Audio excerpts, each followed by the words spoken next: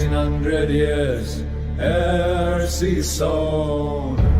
Truth was twisted, its seeds were grown. Break the lies, spark the mission. Welcome to Quranic Inquisition. Hello and welcome to another stream with Quranic Inquisition. It's Cash here, and today I want to discuss a little bit more generally about what is it we mean when we say Arabic. Because, as you well know, our endeavor is to study the Quranic language, to study the Quran. What does it actually say? To know what it says, you need to know how to read it. So that is what one could say is Arabic, is to say the language that the Quranic authors are using and hence used, and we can observe that hence in the transmission of that witness from the 7th century to today. So that's one way you could understand Arabic. But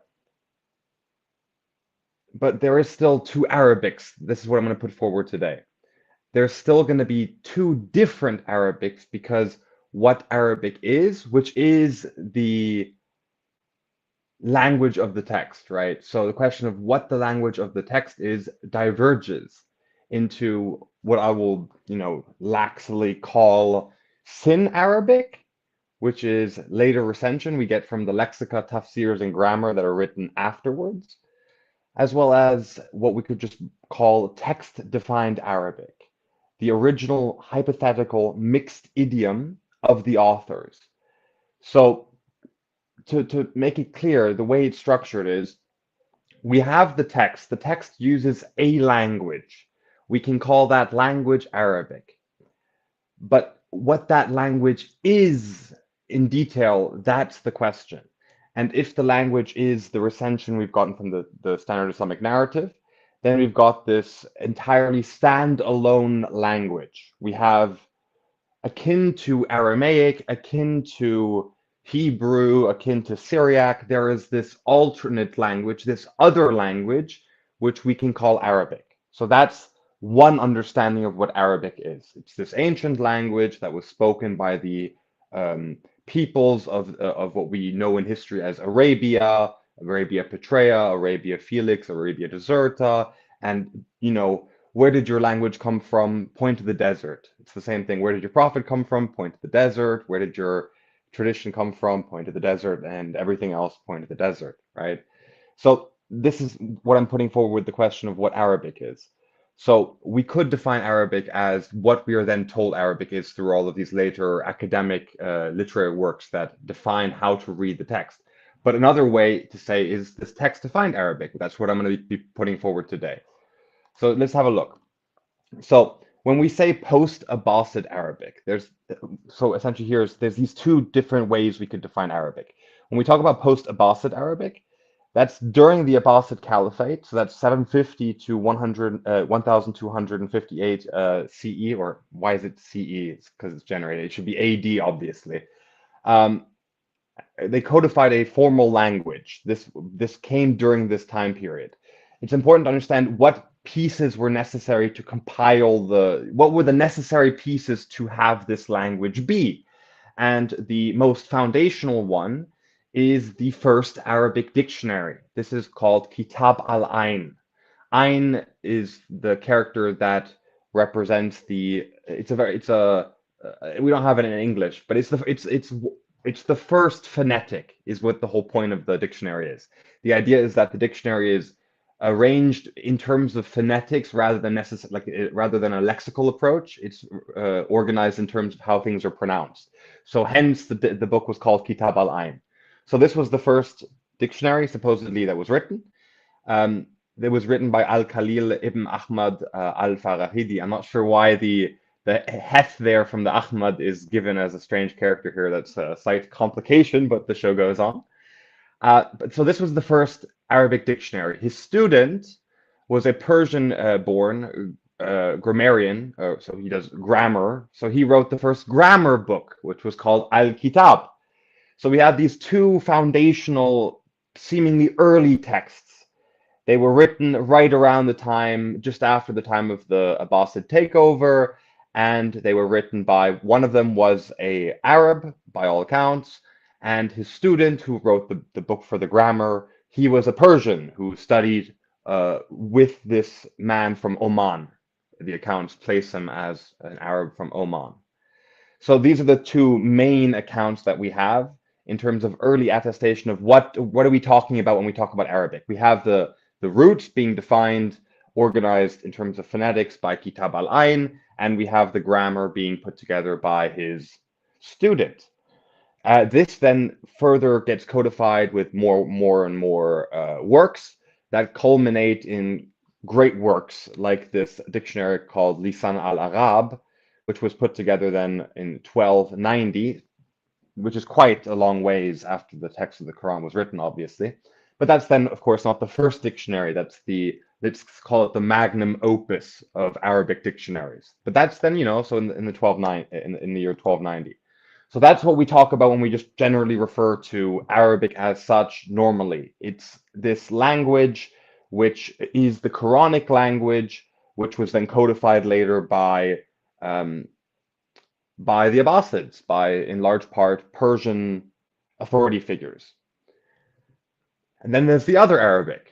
This is what I'm going to put forward as the hypothetical, a language of the text which is no longer in practice. It no longer exists by all accounts. It only exists per se in the sense that we have the text which hypothetically used this language still in existence. It's just being read wrong, potentially, until today, essentially. So this is the earliest Quranic manuscripts preserve only a consonantal rasam. This is the skeletal script form, dating to the mid 7th century. When we read this rasam alone, alongside the cognate Semitic languages, so these are Syriac, Aramaic, Hebrew, Gez, and obviously all the so-called Proto-Arabics you could point to. So we have Safa'idic there, Thamudic, and so on, right? If we approach the Rasam with an approach of viewing uh, a spectrum of different Semitic languages and acknowledging them as your vocabulary, and then engage with the text as such and let the text speak for itself and be simply only restricted by the language in context with each other, and it has to be profound. No, it doesn't have to be profound. What does that mean? It has to be coherent, right? So you have these different word forms. You have later witness of what they should be read as in the supposed Arabic. But foundationally, what you have that we can be very sure of is the Quranic text itself. So that's simply the way that the words are used in conjunction with other words. That's what foundationally is what holds, is like the limiting factor. It's the limiting principle. That's what would restrict your means of interpretation of the text if we assume a very humble approach to the text. The way we can understand that, okay, so to make a little bit of context here in terms of these two books. So when it comes to what we're told of Arabic, we have to rely on these two foundational texts I was mentioning, Kitab al-Ain and Al-Kitab, because those are the two claimed early witnesses to what this Arabic language is. How do we understand its grammar? How do we understand its roots, its etymology? How do we understand how it's used? How do we understand niche cases and all these different things? These are the early texts where we can really sort of get that from. So with Kitab al-Ain, it's purportedly would have an original 8th century manuscript, reportedly survived until the 14th century before it disappeared. So that's what we have in terms of it supposedly existed up until the 14th. We no longer have it anymore in terms of this supposed 8th century manuscript copy, which would have been supposedly, presumably either the autograph or one of the earliest copies of the original work. But we don't have any witness of that today. In terms of the actual, what we have for sure today, the oldest manuscript copy that we have used in modern scholarship, we have from the 17th century, from 1644 AD. Again, it's CE here. I apologize for that. It should be AD, of course. We have witnesses of earlier abridged versions of this text being circulated in the 10th century in Al-Andalus. So that's the area of Spain.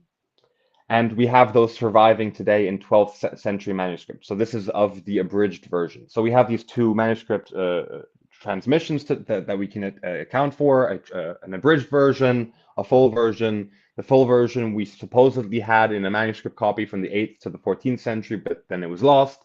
And in terms of the abridged version, we supposedly had it in circulation in Al-Andalus in the 10th century, and we have witness of it today in 12th century manuscript copies.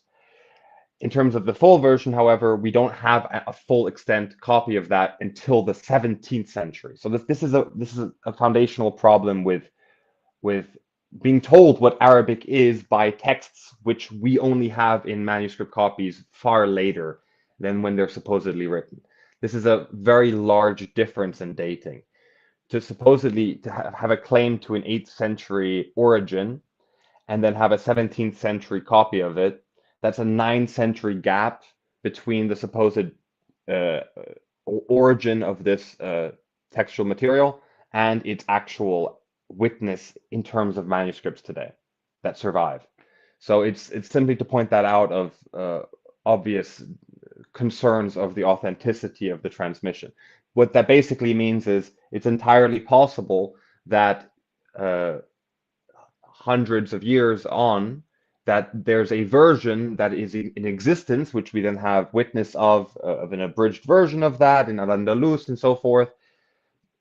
But the point here is that there's at no point does it crystallize. So therefore, there's nothing stopping someone later from adding into what this work was, and then that being back redacted to the authorship of Al-Khalil in the 8th century.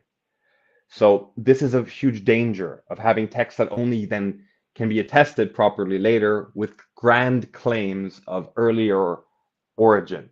So we got to be very concerned and careful about that. So that's this book Al-Khalil. From Al-Khalil, this is Kitab al-Ain. We won't go into the other information. We can pause and read through the details in the slides in your own time. And then when it comes to the other book, which is important, which is the grammar book. This was written supposedly by the student of Al-Khalil, which was a gentleman by the name of Sibawayh. I don't know if I'm pronouncing that correctly. Wayha. I'm not sure at all. So this book, which was supposedly written relatively around the time of the other book, Kitab al-Ain, so around the year 796 AD, in terms of an actual extant manuscript, or rather an existing manuscript that we have of it, it's a partial manuscript we have of the 11th century. And in terms of a full extant manuscript of the entire text, we have it from the 13th to the 14th century. So frankly, it's better off than the 17th century situation we have for Kitab al-Ain. But the point here, of course, is simply that these texts are claimed to come very early. Well, not even that early, frankly, but relatively early. They have quite relative early claimed origin, but in terms of what we can actually see in the manuscript tradition, they come relatively late. So the point of laying this out is that when it comes to the question of when did they understand Arabic as the current understanding of Arabic? When did it understand as its own language? When was it understood in context of what we see then for what Kitab al-Ain says in terms of what words mean and so forth? This is where it becomes quite tricky, because the whole point is that when you can attest a dictionary for Arabic or any language for that matter, it's super important because then we can say, okay, firmly, we have a witness who says that this word means this at this date, preferably at this place. And you can know for sure, okay, this existed then. And in this study we're doing, where we're trying to figure out essentially a mystery of, where did this concept of Arabic as a language even come from? So this is the two crucial texts, and just to look at the general overview we have of the whole landscape, we looked at Kitab al-Ain and Al-Kitab. Those are the first two rows here for the lexicon, so the first Arabic dictionary, and for the foundational grammar of Arabic. That we get, as we discussed, in terms of full copies. We have from the 17th century for Kitab al-Ain, and we have complete copies for Al-Kitab from the 13th to 14th century. So we can't really place it firmly in its totality as we have it today, until these dates. We can, however, say, okay, for the Kitab al-Ain, a shorter version. So the idea of a Kitab al-Ain definitely was there and was witnessed and in circulation, but we do know of it as an abridged copy, abridged version, not a full what we have today as the transmission of it.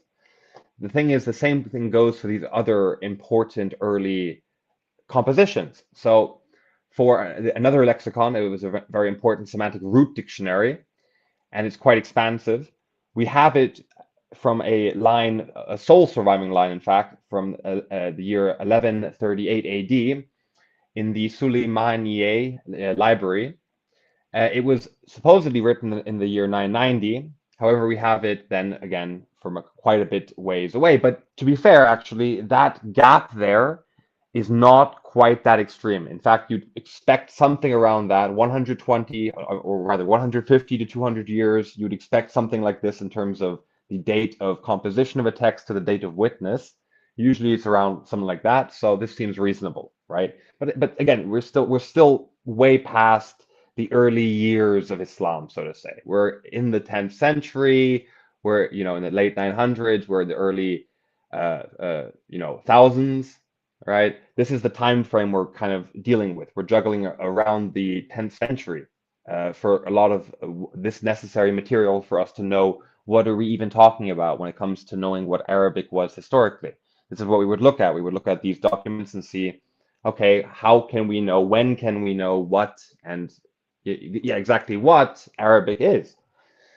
So let's think then this whole thing through when it comes to what Arabic is.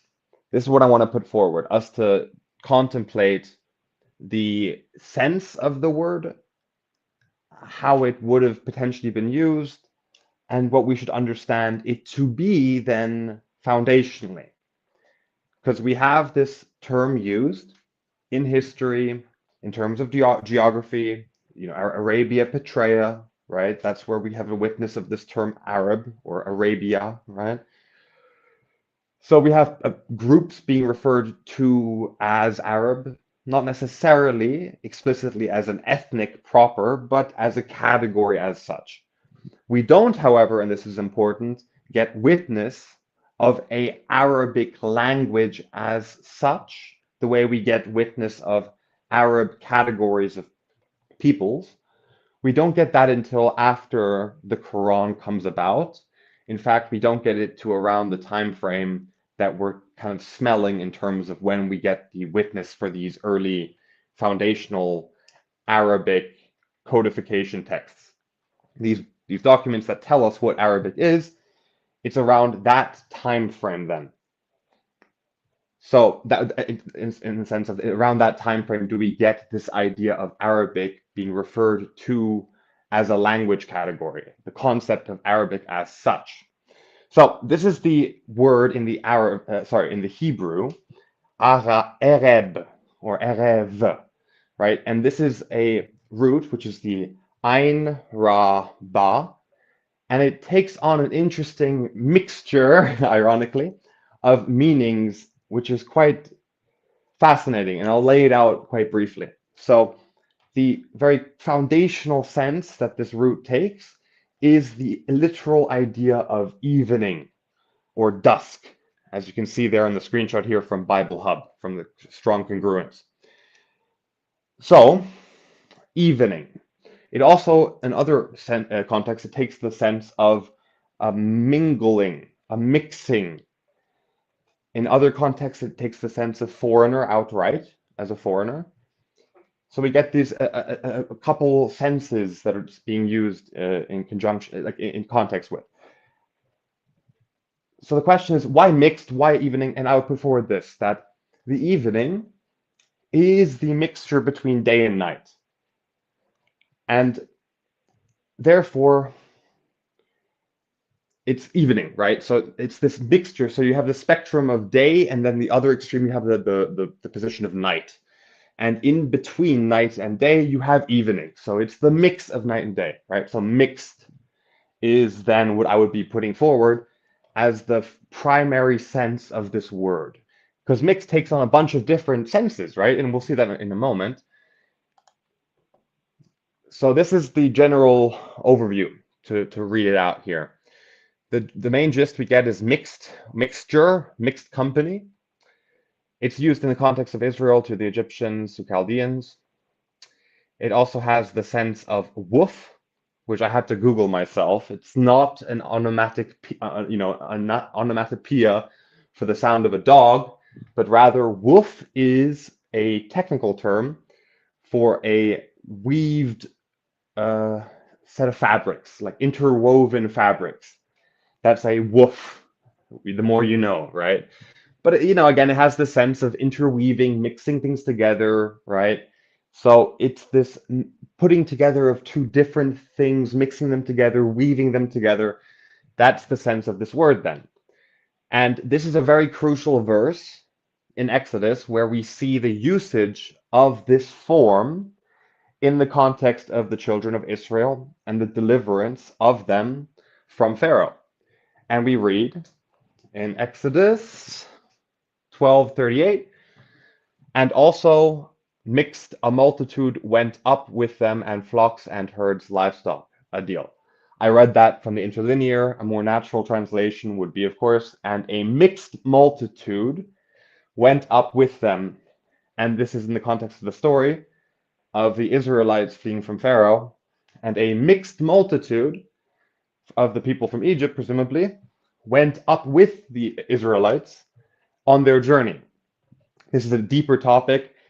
There's a lot of esoteric Jewish thought on this topic, a lot of Kabbalah on this topic, about who were these Erev Rev, who were these mixed multitude. But foundationally, the point to get across is that for a 7th century individual, this question of who the Erev Rev were would have had significance in the context of, okay, chosen people, well, even the Israelites, when they were saved from Pharaoh, they were non-Israelites amongst them, right? So they were sort of always there. So the question of, okay, were they also saved among the Israelites, and all this kind of dancing and this wrestling on the topic of exclusivity versus inclusivity, and all these kinds of topics of salvation and all this. So this usage of Erev Rav in the context of a people group who were then also with the Israelites, saved by God from Pharaoh. So yeah, brings up a topic, and then you can see how potentially that could bring up people then identifying with that word as an identity, to be of the Arav Rev, to be not an Israelite but walking with God, right? Something like this. So in the context of here, it obviously takes on the literal meaning of mixed or interwoven or intermingled. And hence, I want to put forward a working heuristic that when we use the word Arab, we're taking it from the Hebrew, and we should see it in the context of mixing. And then hence, in the context of thinking of a language, so if someone were to say, I speak this word, I speak Arab, I speak Arabia, I speak Arabic, then we should think of them speaking mixed. The same way you could say, what language do you speak? And you speak, let's say, a dialect which takes some Spanish words, some English words. Say, for example, you're in Los Angeles and you said, hey, amigos, let's go to my casa and have a fiesta. It's everyone who lives in Los Angeles will know what you're saying, even though if you went into an Old English dictionary, half of the words in that sentence wouldn't be found in that dictionary, right? So that's a mixed language. One could say, therefore, hey, do you speak English? Do you speak Spanish? No, I speak, Los Angeles mixed. Could be a language of its own, right? Conceptually. So that's the working heuristic, is that when we're talking about speaking Arabic, we're talking about speaking mixed. And if you look at the image here, if we visualize it, you can see here yellow, red, and blue. Those are the primary colors. Purple is a secondary color. It's a mixture between red and blue. Or I guess I heard recently that that's a myth, but we'll go with that for now, okay? Here, the purple represents Arabic.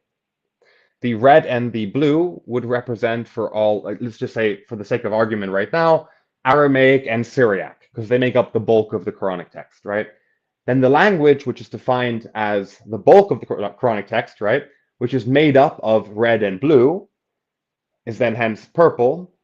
And if one were to then conceptualize the category of purple, which is the category of mixed, if one were to say, oh, no, no, but you see, purple is actually itself a primary color.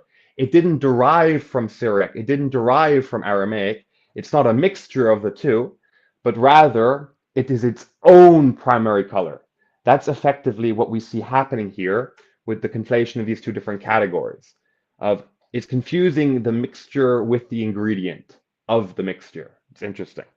So essentially, when we think of the word Arabic in terms of the language, we're thinking of a Creole. We're thinking of a Semitic Creole, a Semitic mixed tongue. So that's the thesis. This is the thesis, basically. The Quran defines what Arabic is. We don't assume a fully formed language proper called Arabic, comparable with Aramaic or Syriac, prior to the text existing. Instead, we let the Quran's rasim and context determine the meaning, requiring local coherence. We adopt a posture of radical humility. If a root's standard gloss diverges from its cognates and yields incoherence, we have a reason to doubt the gloss. By taking this broad cross-Semitic approach, we listen to the Quran speak in its own mixed/Arabic voice. The image here is pertinent, in fact, because what we see here visualized is the current status quo, where we're told, hey, have you heard of this marvelous ancient language called Arabic? And then we ask, okay, where can you show me that language coming from? What is that language? Can you explain where it comes from? How did it come to be? All these kinds of details. Then what one is pointed to is the Quran, being as it is the first Arabic book, right? Whatever the category of Arabic is. So it's like, okay, you point to the Quran. The Quran defines what Arabic is. Okay, yeah, that's good, lovely. But then there's external resources that define what Arabic is, and that's then used to define what the Quran says. So you have this circular defining. The Quran is pointing to Arabic, this concept of the language Arabic, right? Saying, to read me, use this Arabic thing, but whatever that Arabic thing we're pointing at is itself derived and defined by the Quran itself. So it's this endless circle of definition.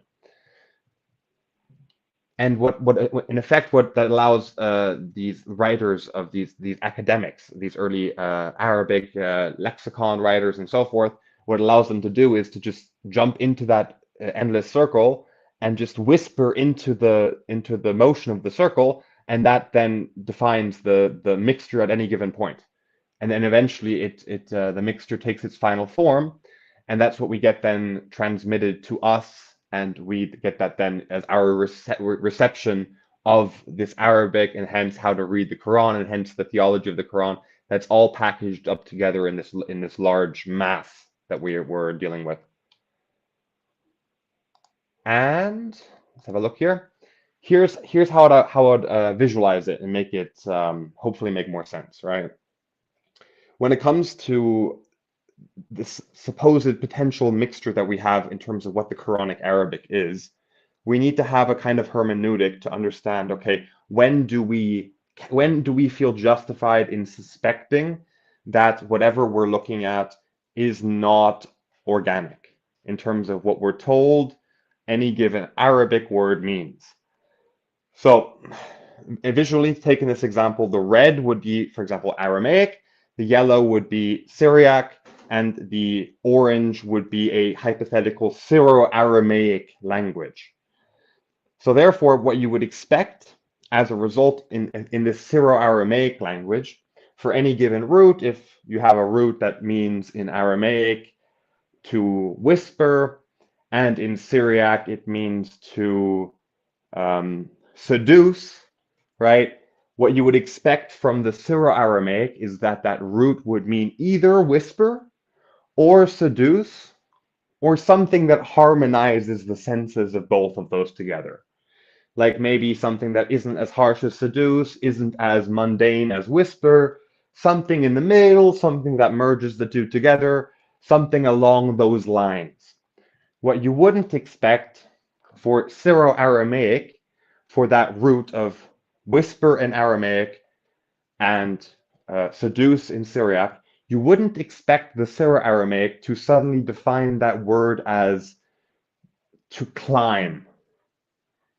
It would not follow logically. So this is one of the hermeneutic that we can use. If we're observing something that was supposed this Arabic, and we look at all of the potential origin sources for the orthographic form in front of us, if the hypothetical ingredients all witness to a general scope of meaning, and then the final mixture of all the potential ingredients attests a meaning of to climb out of nowhere, then we have good reason to believe that this meaning of climb has no roots. It's entirely fabricated out of thin air. So this is one of these hermeneutics, and it's visualized by the purple. So you see, okay, red and yellow are mixing together. As we would logically deduce, we get the color of orange.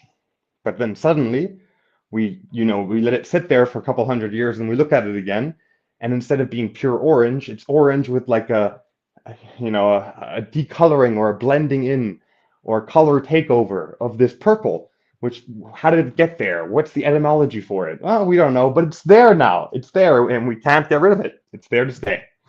So that's the general gist. So if a root meaning in the Quran can be traced to the cognate meanings in the hypothetical potential ingredients. So for example, Syriac, Aramaic, Hebrew, or Gez, or Safaedic, or Thamudic, or all these other candidates, right? Then we can accept it. If the later Arabic gloss radically contradicts, however, the cognate family, producing an orphan meaning, we classify it as a rotten root, which is what we're seeing here visualized. This would be a visualization of a rotten root. There is this sort of joining of different traditions, different language candidate traditions together in this mixed language. However, the mixture bears no resemblance to any of the ingredients. It has nothing in common with Aramaic. It has nothing in common with Syriac. It's a bastard child, right? You can think of it in those terms as well, right? Imagine if this kind of had a little funny. Imagine if an African American man had a child with a Chinese American woman, and the son came out, white with blue eyes and blonde hair. You'd be like, oh, wait, okay, there's something wrong here. Like there's no tracking of this child with either of its parents, right? There's something suspicious going on here. Either this was a miracle, or there's some other alternate explanation involved here. But we need to find an answer. We have to get to the bottom of it, right? We have to investigate, how did this white child get born here, right? It's like, that's the analogy I could put forward, a little bit tongue-in-cheek, right? But that's essentially what we're looking at when it comes to this phenomena of rotten roots. An example, because I mean just a very simple one that we found a while ago, is this root, the Shin Ra Ra root. It occurs approximately 31 times in the Quran. It has the meanings of evil, bad, worst, and in the noun form, takes on the sense of evil as such. It's a pretty radical and pretty awful sense for the word to take, which is a shame given the fact that this root is the root that I saw when I was looking at the Peshitta in terms of what does it use for very important theophonic titles, like the truth, the first, the last. When I was looking at these words in the Peshitta, what caught my eye is the fact that the Sharara, so Shin Ra Ra root, is the root used in the Peshitta when Christ says, I am the way, the truth, and the life. Wa Shara is the form that we see there. Shin Ra Ra Aleph, which is weird. It's strangely spelled the wrong way around in these two instances. Copy paste kind of screws with things, but it's meant to be read right to left, so it shouldn't have the Shara or the Shin at the left side. Anyway. So the divergence from truth, which is what I was saying with the Peshitta, right? This is the sense it has in the Peshitta, firmness, truth firmly and objectively as such truth, right? So to go from that sense to for it to then organically, diverge and uh, you know, uh, shift to meaning instead evil, that's very radical. It's unlikely to be organic, is the point, right? So the implication here is that when the Quranic text is using the form shin, shin ra, and to clarify here why we're only seeing shin ra and not shin ra ra, is because the Quranic orthography, when it writes a root which has a doubling of the second consonant, so like shin ra ra, right? The doubling of this second consonant and third consonant being identical. The way that the Quranic authors represented that is by writing shin ra. So other examples, what's a good other example? Jin is another example. The root for jin is the j, the gimel nun nun, and it's written just a jn. So can't think of another great example offhand.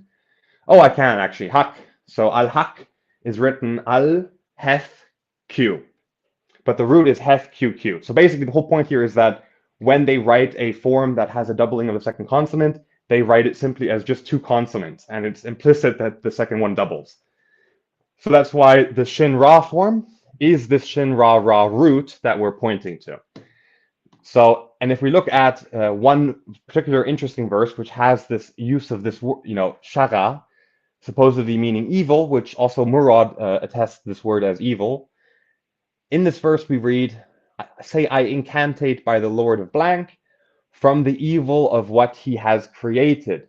So it's like, okay, so there's evil that either God created evil somehow is sort of the implication here, or that evil comes from what God creates, and therefore there's an abdication of responsibility, right? So it's not actually God creating evil, it's evil coming from what God creates. It's like, I'm not totally sure, but the point here is it does kind of sound strange.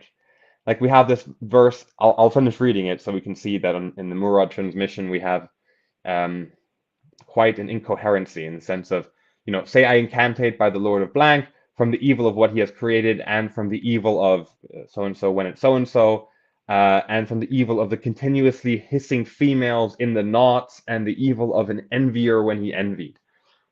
So this needs a lot of digging into all the different forms here, especially given the fact that Murad didn't even, bother trying to translate three of the words here. They were just not in any way Arabic according to his estimation. So this is what we get. I would put forward. We get verses like this, which are talking about saving us from the evil of what God creates and this and that. Maybe it doesn't mean evil at all, because the form seems to be pointing to an older form, which has the sense of reliable, real, firm truth in the Peshitta transmission. That's the usage of the root. So it's very unlikely that it actually means this very harsh, form of evil as a concept, right? That's one example. We have many other cases of this, of course. And here's already some anticipated objections of what we're putting forward, or what I'm putting forward. I'll keep it restricted. This is my understanding and my current understanding of what Quranic Arabic is, what this language is, what it really points to, which is to say what I said before, which is it's pointing to a mixed language. So here are some I can't even speak, sorry, anticipated objections. One is we already know what the Quran means. This is the point of why I was bringing up the earliest sources which can witness to us, hypothetically, when and what they thought Arabic was and when and what they thought the Quran meant. And that's the point, is that the earliest dictionaries and the grammaticians, the works that they wrote, they appear at least a century if we accept um, the purported writing date. If we accept that nothing was backredacted, if the transmission was authentic, even though we only get the surviving manuscripts a lot later, right? Even if we accept the best case scenario for the sin, let's say, it's at least a century after the text appears, meaning that their meanings that they provide in terms of lexicons and the grammar that they propose, they're not to be treated as dogma, but certainly rather as hypotheses, which we can then test and determine and give them grades, right? We can give some academia marks to these early Arabists. Another objection would be that the mixtures innovate semantics.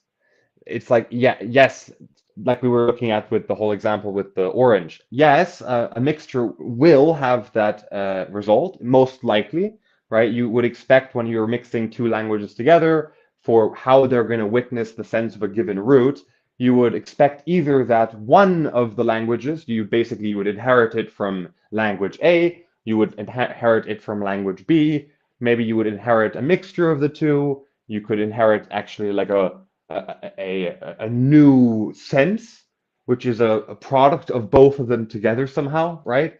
Like there's all these roots that could hypothetically be taken for any given root, roots as in R-O-U-T-E, and every given root as in R-O-O-T, right?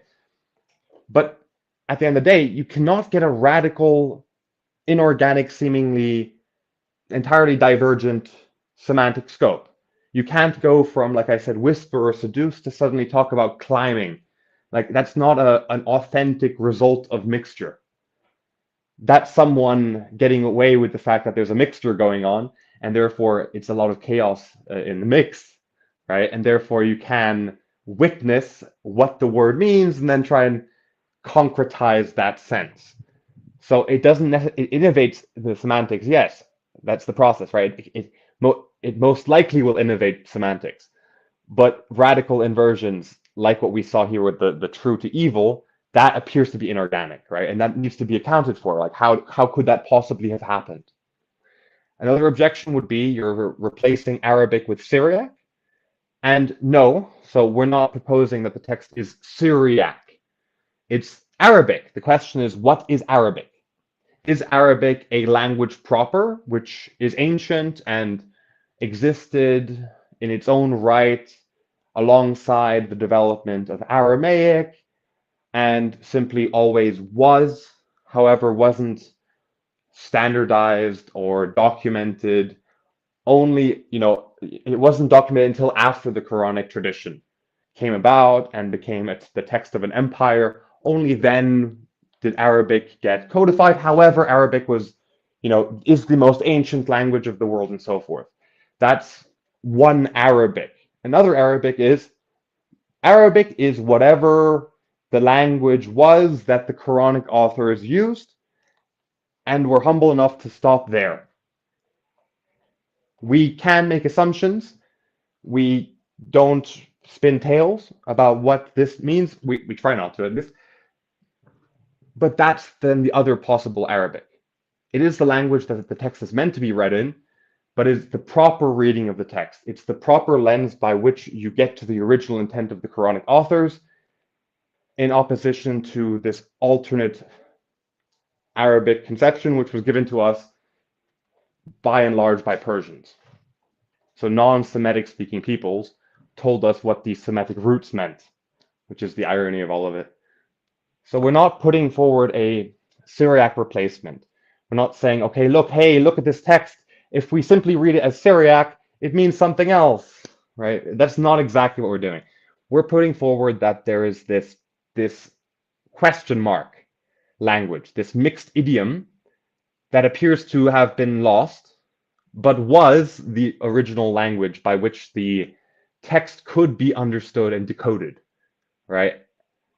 And that is this mixture language, which we consider the ingredients to be this platter of Syriac, Aramaic, Hebrew, Gez, Greek, and Persian loanwords, as well as these so-called Proto-Arabic or Proto-Arabian languages like Thamudic, Safa'idic, and other ones in that vein. This is speculative, is another objection that would be anticipated. And yes, it's very speculative. Of course, this protocol is speculative, but this protocol is actually stricter than what we're receiving. This is the irony of all of it, is that yes, this method is speculating on as to what this original text was trying to get at and what it was trying to mean.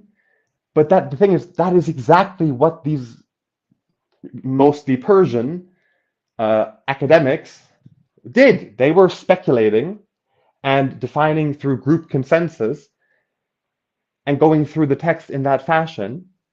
That's what they were occupied with. They were doing this process of speculating to the meanings of words, and that speculation then gets passed down and becomes dogma.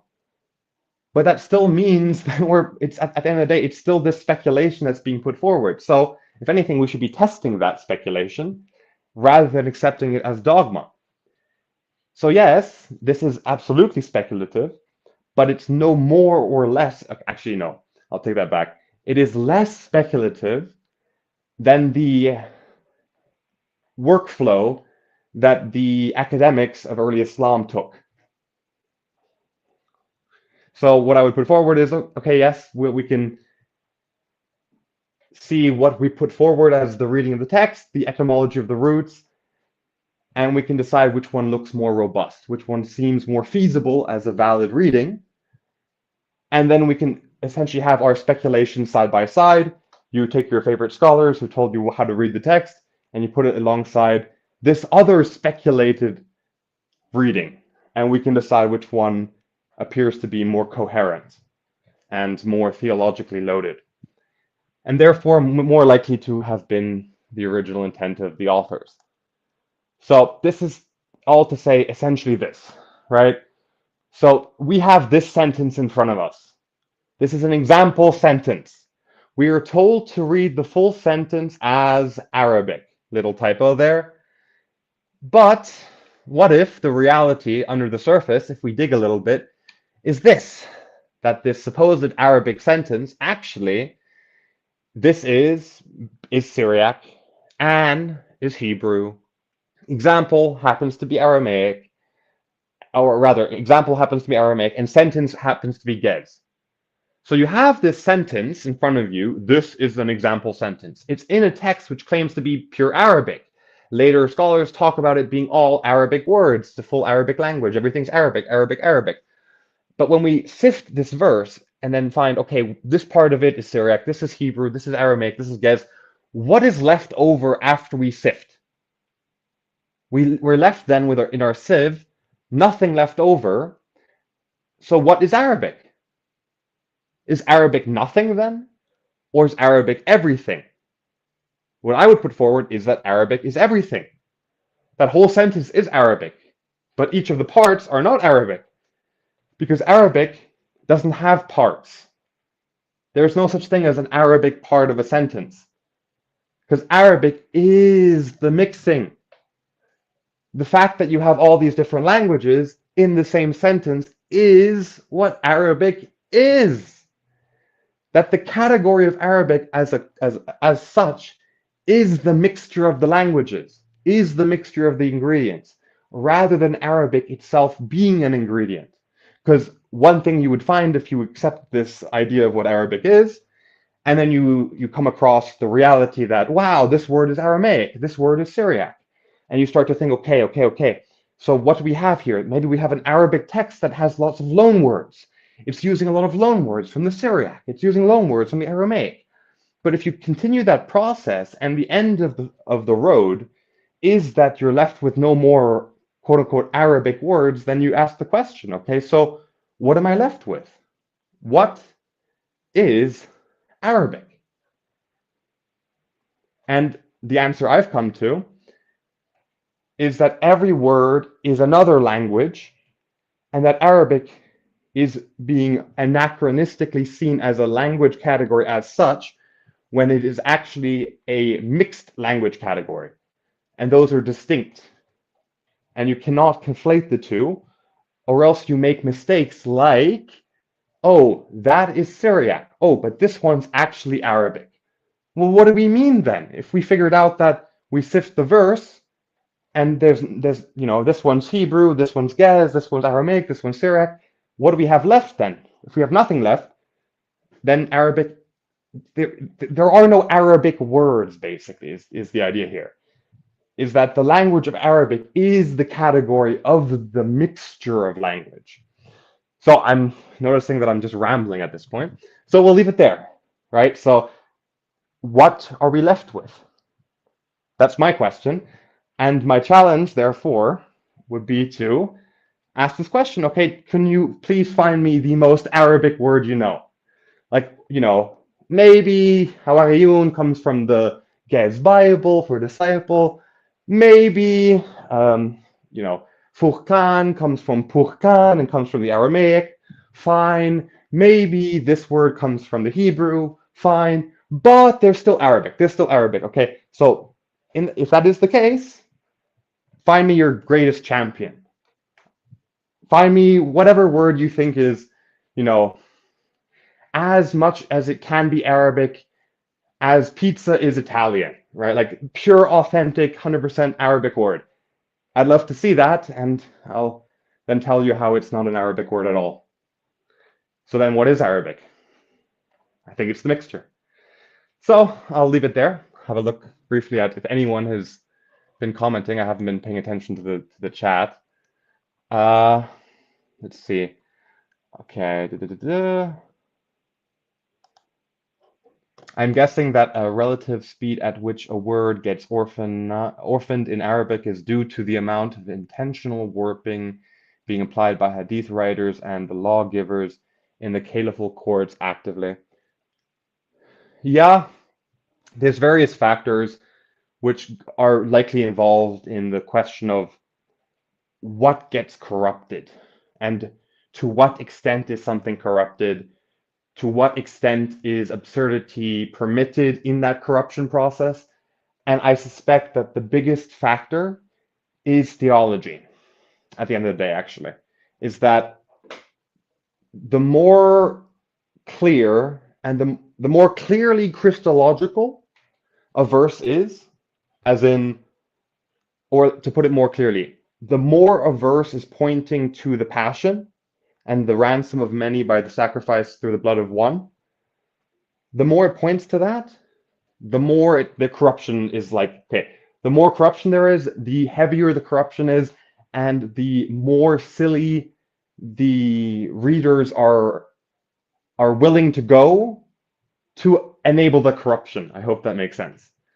They're willing to go to further extents to ensure that the passion sense of that particular verse cannot be understood anymore. I wonder if Cash is going to bring up the earlier incomplete copies of the Quran that don't have vowelization to show one of the intermediary steps in the correction of the innovation. We've done that a couple times before. I don't have anything in these slides to show that. But yes, so the earliest witness for the text was what is referred to as the Uthmanic Rasm, which is, again, that's a term that is given to us by their traditions, but we use it, right? So in this Uthmanic Rasm was a skeletal text, which means twofold. One thing is that it means that the consonants that can be ambiguous are ambiguous in that textual tradition.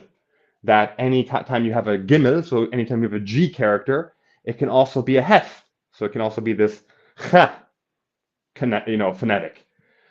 As well as, like you're putting forward, the vowelization was outright not there, like entirely non-existent. There was not a single vowelization in the entire textual tradition. So that's certainly the case there, Ryan Spencer. He's right there. Old English equals German. Da, da, da. Yes. Oh, beautiful analogy actually there, Ryan. Very good analogy. Indeed, very, very, very, very good observation. Right. That Old English is a mixture of Germanic languages, or German, French, Gaelic, and Latin. I don't know if that's true. I'll take your word for it. Right. But that's a beautiful analogy, because imagine if we denied our history. Imagine if we said, no, no, no, no, no. Old English isn't a mixture of German, French, Latin, right? And what was the other one? Gaelic. No, no, no, no, no. English is not a mixture of these four ingredients, but rather English is the oldest language of mankind and stands as a language the same way that Gaelic stands as a language, and has always been so. Right? That would be akin to what we observe as what happened with Arabic. It would be if we said, English coming from German oh, don't be a conspiracy theorist. English is the oldest language ever, right? What's the difference between Syriac and Aramaic? So Syriac is a dialect of Aramaic, which then stands on its own as a language as such. This is a bunch of factors for it, obviously. It's just about how influential this dialect is, and then it stands on its own as a language. But it's acceptable to say that they're both languages as such, but they're very similar. So that comes about because of the fact that Syriac develops from Aramaic as the foundation, and therefore a lot of the roots share the same meanings and all these kinds of things, but they are distinct for sure. So what Cash is looking for is unique slang. Well, no, kind of, right? So what we're looking for is the hypothetical mystery mix, right? That this Arabic language is a mixed language. The question now essentially is, how do we know from where it takes what? What is the configuration of the mixture? And the only way we can figure out what that configuration is by using the Quranic text. Because the Quranic text is the only witness we have for the people who are using this language properly, presumably. Maybe even the Hadith literature includes some of the correct usage of the language tradition. Right? So what we can do is look at this witness, which is the Quranic text, and apply a humble approach that's very fluid, where we have all these candidate ingredients for the hypothetical mixed language, and we approach the text and allow the text to speak to us based on all these candidate ingredients. What could it have said? And then based on that, we then can see, okay, this configuration yields nothing. This one yields something that could be coherent.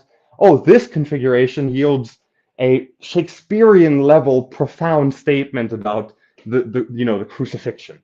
Okay, so that's the right one, right? So then it snaps into place. Okay, that set of ingredients, that configuration for the mixture seems to be correct, right? So this is sort of the only approach you can do to actually dance between what we have in terms of the orthographic witness of the text and what hypothetically, given the lexicons we have for Syriac, Aramaic, and other languages, as what would have been known as words from those languages at the time. Like we have these lexicons, so this is work we can do. Essentially, we're back engineering an organically developed Creole mixed language that we now call Arabic because it was redefined by non-Semites, specifically Persians, later.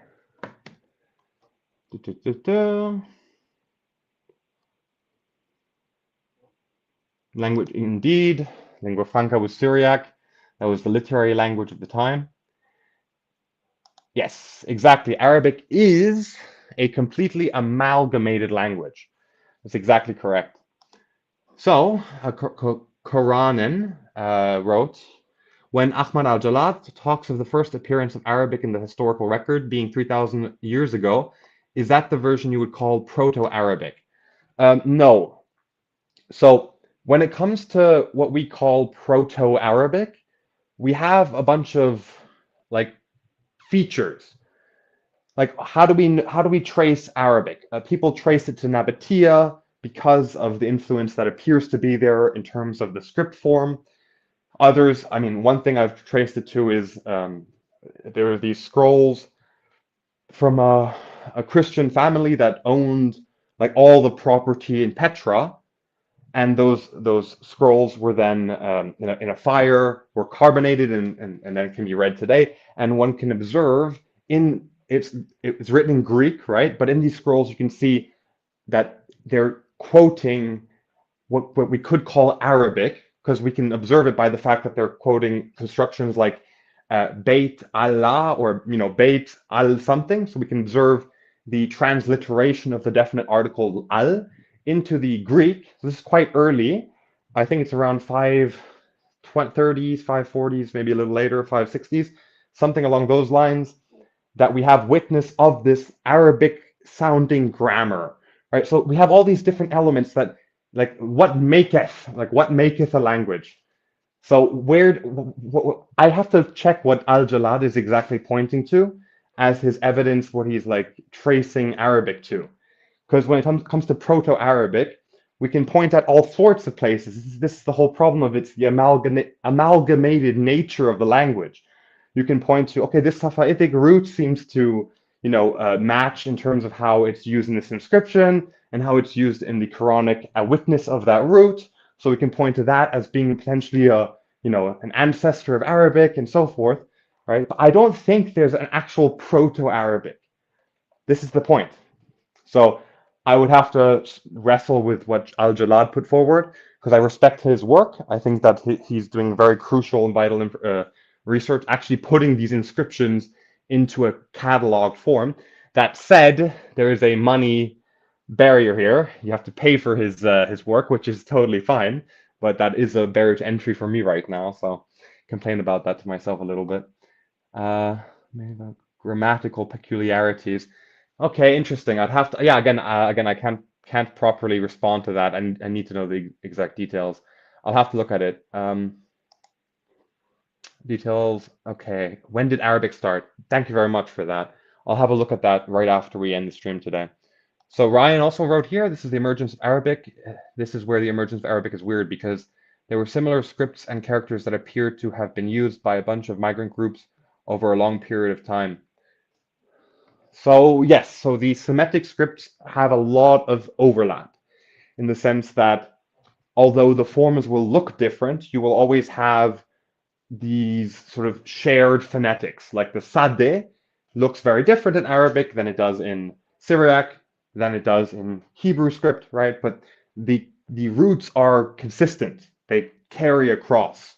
So even if you pronounce the Sadeh even differently, for example, it still retains the same meaning from the roots, the origin roots. One moment.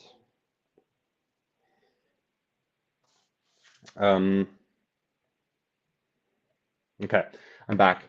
So in terms of similar scripts and characters, the thing is, I don't know exactly what you're referring to. You would need to have niche cases where that would matter because you can essentially point at the Aramaic and you point at the Syriac, you can point even at the Hebrew and say, okay, it shares so much in common with these languages. It's got very similar shapes to the Syriac cursive, right? So we can draw a connection there maybe and say, okay, it seems to have some influence from here, from there. But like you're pointing out, it seems to be an impossible task because it's not a question of, really what the influences were. A better question is what was not an influence. It seems more likely. It seems that they're taking inspiration from everywhere. It's a truly mixed language at its core. So I think we're about done. About that, Arab as a category in Semitic languages has always alluded to things of a mixed heritage. Arab as a category in Semitic languages has always alluded to things of a mixed heritage. I'm not totally sure what you're pointing to there, but it's very good. And finally, I don't remember the details. Oh yeah, we already read that. Okay, so we'll leave it there, leave it at a nice 1 hour. And the main point here is simply to ask the question, what even is Arabic then? Because we're told essentially that like this full sentence here, this is our example sentence. We're told, that this is all Arabic. All the words are Arabic. If we then find out that the sum of the sentence, which is then made up of parts, those words, each one is then another language, then what even is Arabic at the end of the day then at all? Are there anything, like, is there any word in the Quran which is actually authentically an Arabic word? So yeah, we'll leave it there. The challenge, of course, remains. I stated it earlier. Please give me your most Arabic of Arabic words. Which one screams Arabic the way pizza screams Italy?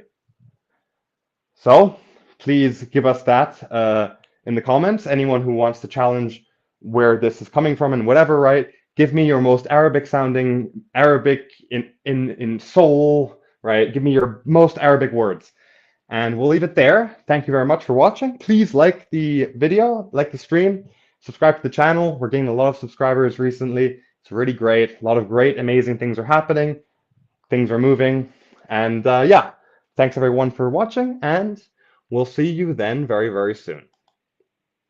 Thanks, and goodbye. There is only one Quran, right? Every Quran in the world is the same. That's what you've been told. You have been told a lie!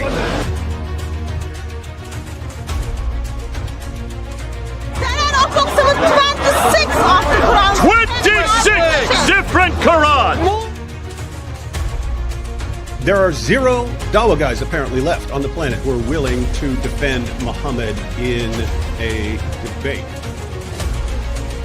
Everybody can go and read it. This is a book full of mistakes in Arabic, in the grammar, in the spelling, in the pronunciation.